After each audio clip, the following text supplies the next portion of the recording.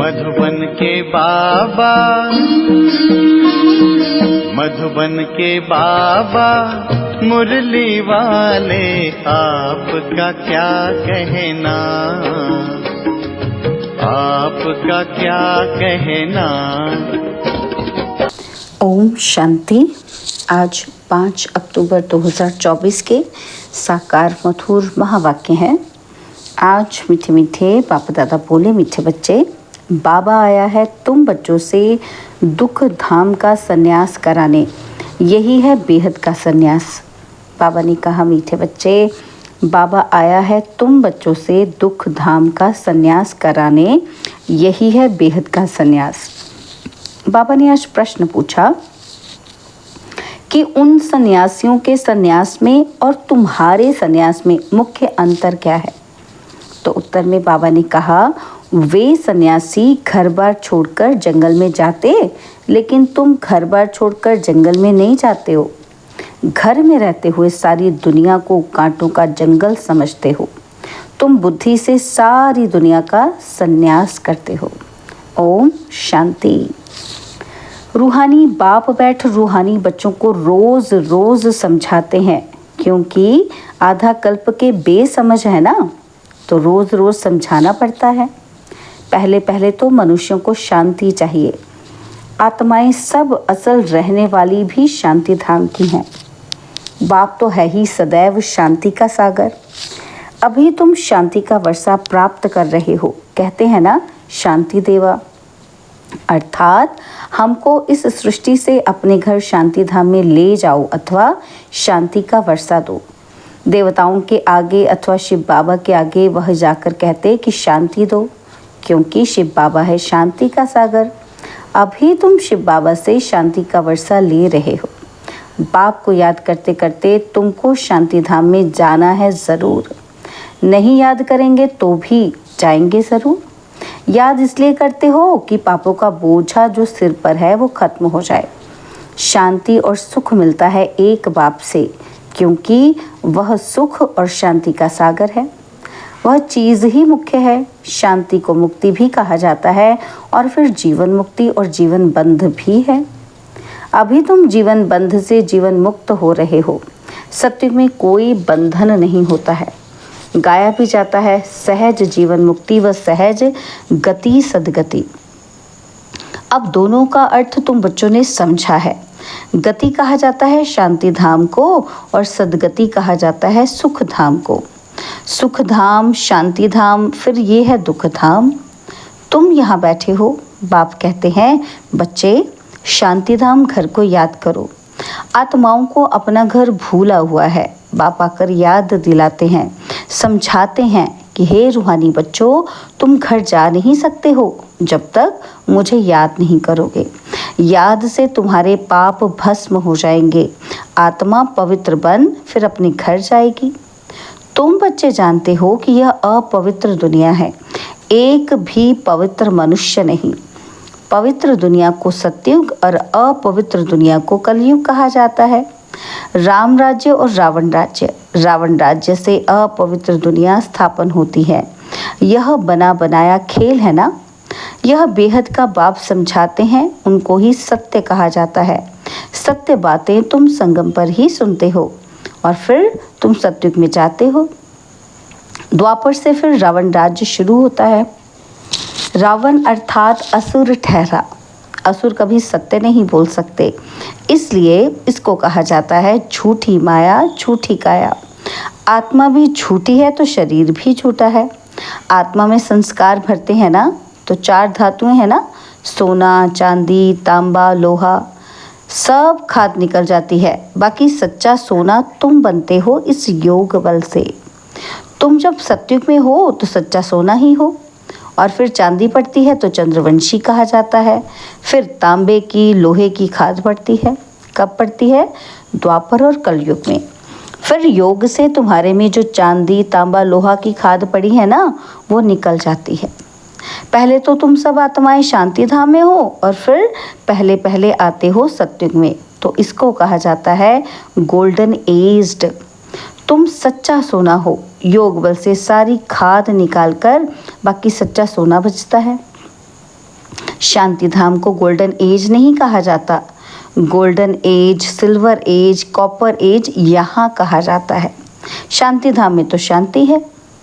आत्मा जब शरीर लेती है तब गोल्डन एज कहा जाता है और फिर सृष्टि ही गोल्डन एज बन जाती है। सतो प्रधान 5 तत्वों से शरीर बनता है। आत्मा सतो प्रधान है तो शरीर भी सतो प्रधान है और फिर पिछाड़ी में आकर आयरन एज शरीर मिलता है क्योंकि आत्मा में खाद पड़ती है। तो गोल्डन एज, सिल्वर एज इस सृष्टि को कहा जाता है। तो अब बच्चों को क्या करना है? क्या करना है? पहले शांति धाम जाना है, इसलिए बाप को याद करना है, तब ही तमो प्रधान से सतो प्रधान बन जाएंगे। इसमें टाइम उतना ही लगता है जितना टाइम बाप यहाँ रहते हैं। वह गोल्डन एज में पार्ट लेते ही नहीं। तो आत्मा को जब शरीर मिलता है तब कहा जाता है ये गोल्डन एज जीव आत्मा है। ऐसे नहीं कहेंगे कि गोल्डन एज आत्मा, नहीं, गोल्डन एज जीव आत्मा, फिर सिल्वर एज जीवात्मा होती है। तो यहाँ तुम बैठे हो, तुमको शांति भी है तो सुख भी प्राप्त होता है। तो क्या करना चाहिए? क्या करना चाहिए? दुख धाम का संन्यास, इसको कहा जाता है बेहद का संन्यास। उन सन्यासियों का है हद का संन्यास। क्या करते हैं वो? घर बार छोड़ जंगल जाते हैं। उनको पता ही नहीं है कि सारी सृष्टि ही जंगल है। यह कांटों का जंगल है और यह है कांटों की दुनिया, वो है फूलों की दुनिया। वह भल संन्यास करते हैं परंतु फिर भी कांटों की दुनिया में, जंगल में, शहर से दूर दूर जाकर रहते हैं। उन्हों का है निवृत्ति मार्ग और तुम्हारा है प्रवृत्ति मार्ग। तुम पवित्र जोड़ी थे, अभी अपवित्र बने हो। उनको गृहस्थ आश्रम भी कहते हैं। सन्यासी तो आते ही बाद में हैं। इस्लामी, बौद्धि भी बाद में आते हैं। क्रिश्चियन से कुछ पहले आते हैं। तो यह झाड़ भी याद करना है, चक्र भी याद करना है। बाप कल्प कल्प आकर कल्प वृक्ष की नॉलेज देते हैं क्योंकि खुद बीज रूप है, सत्य है, चैतन्य है, इसलिए कल्प कल्प आकर कल्प वृक्ष का सारा राज समझाते हैं। तुम आत्मा हो परंतु तुमको ज्ञान सागर, सुख का सागर, शांति का सागर नहीं कहा जाता। यह महिमा तो एक ही बाप की है जो तुमको ऐसा बनाते हैं। बाप की ये महिमा सदैव के लिए है। सदैव वह पवित्र है और निराकार है। सिर्फ थोड़े समय के लिए आते हैं पावन बनाने, सर्वव्यापी की तो बात ही नहीं। तुम जानते हो बाप सदैव वहाँ ही रहते हैं। भक्ति मार्ग में सदैव उनको याद करते हैं। सत्युग में तो याद करने की दरकार नहीं रहती है। रावण राज्य में तुम्हारा चिल्लाना शुरू होता है और वही आकर सुख शांति देते हैं। तो फिर ज़रूर अशांति में उनकी याद आती है। बाप समझाते हैं हर 5000 वर्ष बाद मैं आता हूँ। आधा कल्प है सुख और आधा कल्प है दुख। आधा कल्प के बाद ही रावण राज्य शुरू होता है। इसमें पहला नंबर मूल है देह अभिमान और उसके बाद ही फिर और विकार आते हैं। अब बाप समझाते हैं कि अपने को आत्मा समझो, देही अभिमानी बनो। आत्मा की भी पहचान चाहिए। मनुष्य तो सिर्फ कहते हैं आत्मा भ्रिकुटी के बीच चमकती है। अभी तुम समझते हो कि वह है अकाल मूर्त। उस अकाल मूर्त आत्मा का तख्त यह शरीर है। आत्मा बैठती भी भ्रिकुटी में है। अकाल मूर्त का यह तख्त है। सब चैतन्य अकाल तख्त हैं। वह अकाल तख्त नहीं जो अमृतसर में लकड़ी का बना दिया है। बाप ने समझाया है जो भी मनुष्य मात्र हैं सबका अपना अपना अकाल तख्त है। आत्मा आकर यहाँ विराजमान होती है। सतयुग हो या कलयुग हो, आत्मा का तख्त है ही यह मनुष्य शरीर। तो कितने अकाल तख्त हैं? जो भी मनुष्य मात्र है अकाल आत्माओं के तख्त हैं। आत्मा एक तख्त छोड़ झट दूसरा लेती है। पहले छोटा तख्त होता है, फिर बड़ा होता है। यह शरीर रूपी तख्त छोटा बड़ा होता है और वह लकड़ी का तख्त जिसको सिख लोग अकाल तख्त कहते हैं, वह तो छोटा बड़ा नहीं होता। यह किसी को भी पता नहीं है कि सब मनुष्य मात्र का अकाल तख्त यह भ्रिकुटी है। आत्मा अकाल है, कभी विनाश नहीं होती। आत्मा को तख्त भिन्न भिन्न मिलते हैं। सत्युग में तुमको बड़ा फर्स्ट क्लास तख्त मिलता है, उनको कहेंगे गोल्डन एज तख्त। फिर उस आत्मा को सिल्वर, कॉपर, आयरन एज तख्त मिलता है। और फिर गोल्डन एज तख्त चाहिए तो ज़रूर पवित्र बनना पड़े। इसीलिए बाप कहते हैं, क्या कहते हैं, मामेकम याद करो तो तुम्हारी खाद निकल जाएगी और फिर तुमको ऐसा दैवी तख्त मिलेगा। और अभी ब्राह्मण कुल का तख्त है, पुरुषोत्तम संगम युग का तख्त है, और फिर मुझ आत्मा को यह देवताई तख्त मिलेगा। ये बातें दुनिया के मनुष्य नहीं जानते। देह अभिमान में आने के बाद एक दो को दुख देते रहते हैं, इसलिए इनको दुख धाम कहा जाता है। अब बाप बच्चों को समझाते हैं, क्या समझाते हैं, शांति धाम को याद करो जो तुम्हारा असली निवास स्थान है, सुख धाम को याद करो, इनको भूलते जाओ, इनसे वैराग्य। ऐसे भी नहीं कि सन्यासियों मिसल घर बार छोड़ना है। बाप समझाते हैं वह एक तरफ अच्छा है और दूसरी तरफ बुरा है, तुम्हारा तो अच्छा ही अच्छा है। उनका हठ योग अच्छा भी है बुरा भी है, क्योंकि देवताएं जब वाम मार्ग में जाते हैं तो भारत को थमाने के लिए पवित्रता ज़रूर चाहिए, तो उसमें भी मदद करते हैं। भारत ही अविनाशी खंड है, बाप का भी यहाँ आना होता है, तो यहाँ पर बेहद का बाप आते हैं, वह सबसे बड़ा तीर्थ हो गया ना। तो सर्व की सदगति बाप ही आकर करते हैं, इसलिए भारत ही ऊंच ते ऊंच देश है। मूल बात बाप समझाते हैं, बच्चे याद की यात्रा में रहो। गीता में भी मन मना भव अक्षर है, परंतु बाप कोई संस्कृत तो नहीं बतलाते हैं। बाप मन मना भव का अर्थ बताते हैं। क्या बताते हैं कि देह के सब धर्म छोड़ अपने को आत्मा निश्चय करो। आत्मा अविनाशी है, वह कभी छोटी बड़ी नहीं होती। अनादि अविनाशी पाठ भरा हुआ है, ड्रामा बना हुआ है। पिछाड़ी में जो आत्माएं आती हैं उनका बहुत थोड़ा पाठ है, बाकी टाइम शांति धाम में रहते हैं।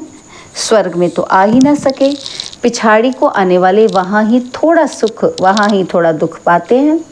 जैसे दिवाली पर मच्छर कितने ढेर निकलते हैं और सुबह को उठकर देखो तो सब मच्छर मरे पड़े होंगे, तो मनुष्यों का भी ऐसे है। पिछाड़ी में आने वाले की क्या वैल्यू रहेगी, जैसे जानवर मिसल ठहरे। तो बाप समझाते हैं यह सृष्टि का चक्र कैसे फिरता है। मनुष्य सृष्टि रूपी झाड़ छोटे से बड़ा और बड़े से छोटा कैसा होता है। सतयुग में कितने थोड़े मनुष्य और कलयुग में कितनी वृद्धि हो, झाड़ बड़ा हो जाता है। मुख्य बात बाप ने इशारा दिया है, ग्रस्त व्यवहार में रहते मामेकम याद करो।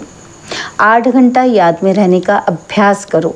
याद करते करते आखिरीन पवित्र बन बाप के पास चले जाएंगे तो स्कॉलरशिप भी मिलेगी। पाप अगर रह जाएंगे तो फिर जन्म लेना पड़े। सजाएं खाते हैं फिर पद भी कम हो पड़ता है। हिसाब किताब चुकतू तो सबको करना है। जो भी मनुष्य मात्र हैं अभी तक भी जन्म लेते रहते हैं। इस समय देखेंगे कि भारतवासियों से क्रिश्चियन की संख्या ज़्यादा है, वह फिर सेंसिबल भी हैं।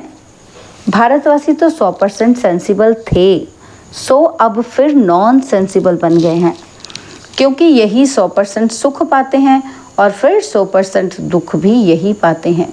वह तो आते ही पीछे हैं। बाप ने समझाया है कि क्रिश्चियन डिनाइस्टी का श्री कृष्ण डिनाइस्टी से कनेक्शन है। क्रिश्चियन ने राज्य छीना, फिर क्रिश्चियन डिनाइस्टी से ही राज्य मिलना है। इस समय क्रिश्चियंस का जोर है, उन्हों को भारत से ही मदद मिलती है। और अभी भारत भूख मरता है तो रिटर्न सर्विस हो रही है। यहाँ से बहुत धन, बहुत हीरे जवाहर आदि वहाँ ले गए हैं, बहुत धनवान बने हैं, तो अब फिर धन पहुँचाते रहते हैं। उनको मिलने का तो है ही नहीं, तो अब तुम बच्चों को तो कोई पहचानते ही नहीं है। अगर पहचानते तो आकर राय लेते। तुम हो ईश्वरीय संप्रदाय, जो ईश्वर की राय पर चलते हो, वही फिर ईश्वरीय संप्रदाय से दैवी संप्रदाय बनेंगे। फिर क्षत्रिय, वैश्य, शूद्र संप्रदाय बनेंगे। अभी हम सो ब्राह्मण हैं, फिर हम सो देवता, हम सो क्षत्रिय, और फिर हम सो शूद्र बनेंगे। हमसो का अर्थ देखो कितना अच्छा है। यह बाजोली का खेल है जिसको समझना बहुत सहज है, परंतु माया भुला देती है। और फिर दैवी गुणों से आसुरी गुणों में ले आती है। अपवित्र बनना आसुरी गुण है ना। अच्छा, मीठे मीठे सिकिलते बच्चों प्रति माता पिता बाप दादा का याद प्यार और गुड मॉर्निंग। रूहानी बाप की रूहानी बच्चों को नमस्ते। हम रूहानी बच्चों की रूहानी बाप दादाजी को दिल व जान सिकवा प्रेम से नमस्ते।